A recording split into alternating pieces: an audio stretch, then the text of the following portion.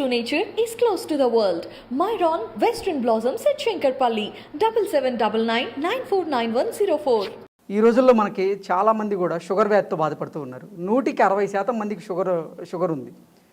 ఈ కూరగాయల్లో ఏ కూరగాయ తీసుకుంటే షుగర్ కంట్రోల్లో ఉండే అవకాశం ఉంది? 100% కాదేమో అండి, 70 నుంచి 80 దాకా వెళ్ళిపోయి ఉంటుంది. 100% డయాబెటిక్ పేషెంట్స్.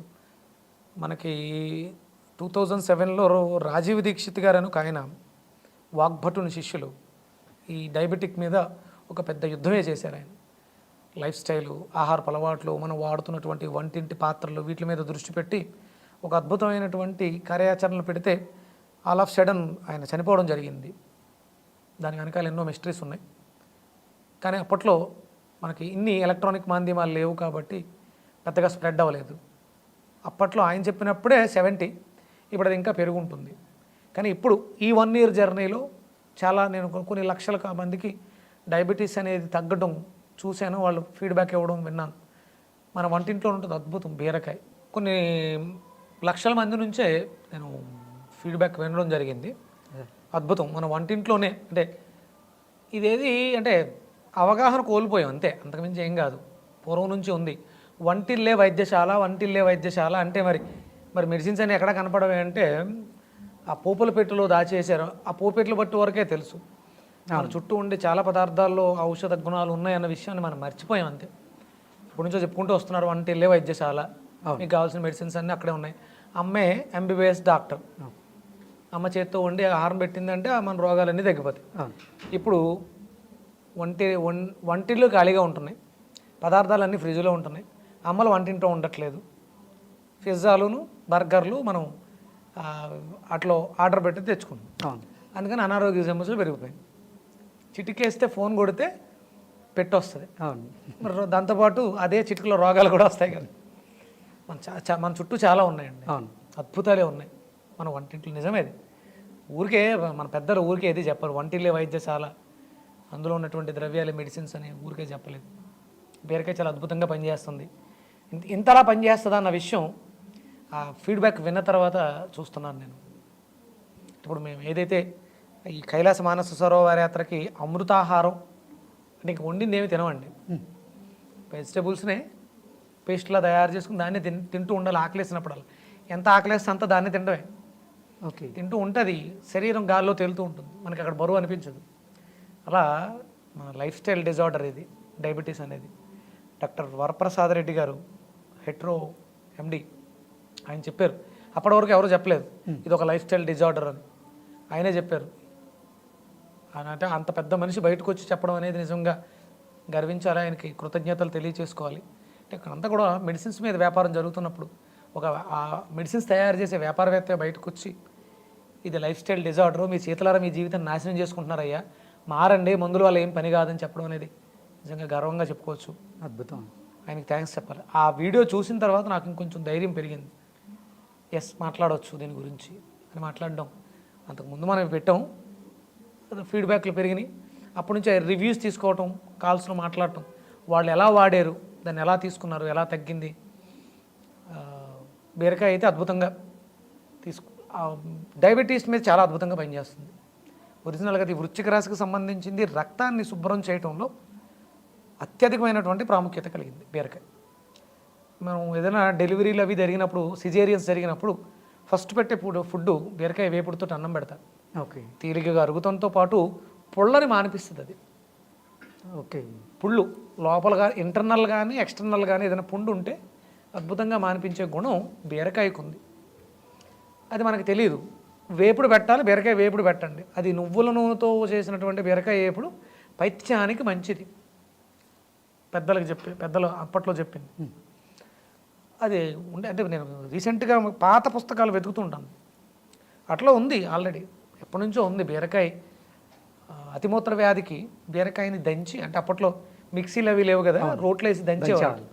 అల్లాన్ని, మిరియాలని, నల్లుప్పు అని ఉంటుంది, అవి వేసి దంచి రసం పిండేవారు. ఆ రసం అంటే ఇప్పుడంటే నేను గ్లాస్ చెప్తున్నాను కానీ ఒక స్పూన్ తాగితే సరిపోయేది. అంటే ఆ బీరకాయలు కూడా లేవు ఇప్పుడంతా మనం కృత్రిమంగా పండిస్తున్నాం కాబట్టి బీరకాయలో కూడా సాంద్రత తగ్గిపోయింది, క్వాలిటీ. ఒరిజినల్ దేశవాళీ బీరకాయ, ఒక్క బీరకాయ ఒక మనిషి ఉదయం మధ్యాహ్నం సాయంత్రం 3 పూట్ల ఒక 21 రోజు తీసుకుంటే పూర్తిగా క్యూరబుల్. ఓకే. కానీ మరి ఆ బీరకాయలు లేవు, ఇదో 10% 15% పనిచేస్తుంది. ఓ 2-3 నెలలు వాడితే చాలా వరకు మనం మెడిసిన్స్ ద్వారా, ఇప్పటి వరకు వాడేసిన మెడిసిన్స్ ద్వారా డ్యామేజ్ అయిన దాన్ని అంతటిని కూడా రికవరీ చేసుకోగలుగుతాం. ఓకే. బీరకాయ మీరు అడిగినట్టు షుగర్ వ్యాధికి బీరకాయ అద్భుతంగా కంట్రోల్లో ఉంచడానికి సహాయకారిగా పనిచేస్తుంది. ఈ షుగర్ వ్యాధితో బాధపడే వాళ్ళు జీవన విధానం ఎలా ఉంటే బాగుంటుంది అంటారు గురువుగారు? యోగిలా ఉండాలండి. అంటే ఇప్పటి వరకు కూడా ఆ రీడింగ్స్ 120 దాటితే షుగరు, అది 140 అయింది, 160 అయింది, ఎప్పటికప్పుడు సందర్భానుసారం మార్చుకుంటూ వస్తున్నారు. అంటే వాళ్ళకే తెలియలేదు కరెక్ట్ మెజర్మెంట్ ఏంటి అనేది. కాబట్టి మనకి ఆయుర్వేద వైద్యం ప్రకారం లేకపోతే ప్రకృతి సహజంగా హిందూ ధర్మాచరణల ప్రకారం మీ శరీర ధర్మం సిమ్టమ్స్ని చెప్తూ ఉంటుంది మీకు. దాన్ని గమనించగలగాలి. శరీరం మీద అవగాహన కావాలి. కాళ్ళు మండుతున్నాయా, కళ్ళు మండుతున్నాయా, యూరిన్ ఎక్కువ సార్లు పోతుందా, మల విసర్జన ఎన్నిసార్లు చేస్తున్నాం, చెవులో శబ్దాలు ఉన్నాయా, ఇవన్నీ మీరు గమనించుకోగలిగితే మీ జీవన సరళి బాగుంటుంది. కేవలం బ్రతకటం కోసం మాత్రమే తింటే ఏవి అది రాదు. సమయం దాటి తింటున్నాం, దానివల్ల ఇబ్బందులు వస్తున్నాయి. అంటే ఇంతకుముందు రోజుకి మీరు గంటకు ఒకసారి తినండి అలా చెప్పేవారు. డయాబెటీస్ పేషెంట్ గంటకు ఒకసారి తినాలి. ఇప్పుడు ఈ 9 గంటలకి ఒక 4 ఇడ్లు తిన్న మనిషి ఒక 2 ఇడ్లే తిన్నాడు, అరగడానికి పట్టే సమయం ఎంత ఉంటుంది అంటారు? 4 to 5 hours. పల్లీల చట్నీయో కొబ్బరి చట్నీయో వేసుకుంటే అది అరగడానికి పట్టే సమయం 4 to 5 hours. పోన్లేండి అనుకుందాం, తేలిగ్గా అరిగిపోతాను 2 hours పడుతుందిగా. మరి మళ్ళీ 10 గంటలకు తింటే అది అరగడానికి పట్టే సమయం మళ్ళీ 2 hours. మరి ఆల్రెడీ లోపల సగం అయ్యి అక్కడ ఉండిపోయింది, దీని మీద అది వేస్తే ఏమవుతుంది, ఇది మళ్ళీ దీంట్లో కలిసింది, ఇలా కలిసింది కలిసింది కలిసింది కలిసింది సిస్టమ్ పూర్తిగా కొలాప్స్ అయిపోయింది. ఎప్పటికి తగ్గుద్ది షుగరు? తలనొప్పి వచ్చింది, ఏదో ట్యాబ్లెట్ డాటో ఇంకోటి ఏదో చెప్పారు, వేసుకున్నాక రిలీఫ్ వచ్చింది కదా, తలనొప్పి తగ్గింది కదా. ఇక జీవితాంతం ఆ గంట అయిన తర్వాత గంటకోసారి ట్యాబ్లెట్ వేస్తూ ఉంటే ఇక జీవితానికి అర్థమే ఉంది. అంటే గంటకే తినడం అనేది తప్పు. నువ్వు పదార్థం తీసుకున్న పదార్థం తాలూకు తత్వాన్ని బట్టి అది 4 గంటలకు అరిగితే 4 గంటల తర్వాత మళ్ళీ తినాలి. అసలే నువ్వు లైఫ్ స్టైల్ డిజార్డర్తో తెచ్చుకున్నావు రోగాన్ని, నువ్వు మళ్ళీ గంటకు ఒకసారి తిని మళ్ళీ బాడీ చేస్తున్నావు.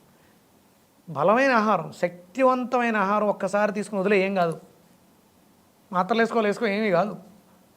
ఎమర్జెన్సీ పేషెంట్కి సెలైన్ ఎక్కుతూ ఉంటుంది, కాన్షియస్నెస్లో ఉండరు, వాళ్ళు ఫుడ్ తినరు, కానీ మెడిసిన్స్ ఇంజెక్షన్స్ వెళ్తూ ఉంటాయి కదా.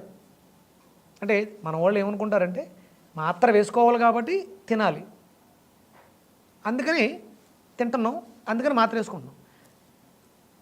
మాత్ర వేసుకోవడానికి తిండితో ఎట్లాంటి సంబంధం లేదు.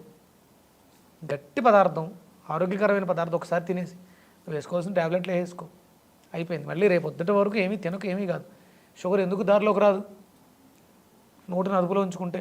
అదే ఏదో సామెత ఉంటుంది, నోరు మంచిదైతే ఊరు మంచిది. చుట్టూ ఉన్న ఊరు కాదు, నోరు మంచిదైతే శరీరం బాగుంది. లోపల కూడా ఒక ఊరు ఉంది, ఒక పెద్ద వ్యవస్థే ఉంది, ప్రకృతి యూనివర్సే లోపల ఉంది. నోరు మంచిదైతే యూనివర్స్ మంచిది అవుతుంది, ఆరోగ్యంగా ఉంటాం, హాయిగా ఉంటాం.